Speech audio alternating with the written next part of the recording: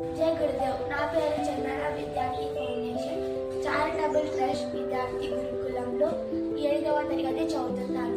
MS Subbalakshmi. ఈవిడ పూర్తి పేరు మధురు షణ్ముఖవడి సుబ్బలక్ష్మి. ఈమె సెప్టెంబర్ 16, 1916లో మధురై, తమిళనాడులో జన్మించారు. ఒక గొప్ప భారతీయ కర్ణాటక శాస్త్రీయ సంగీత గాయని, నటి మరియు సంగీత విద్వాంసురాలు.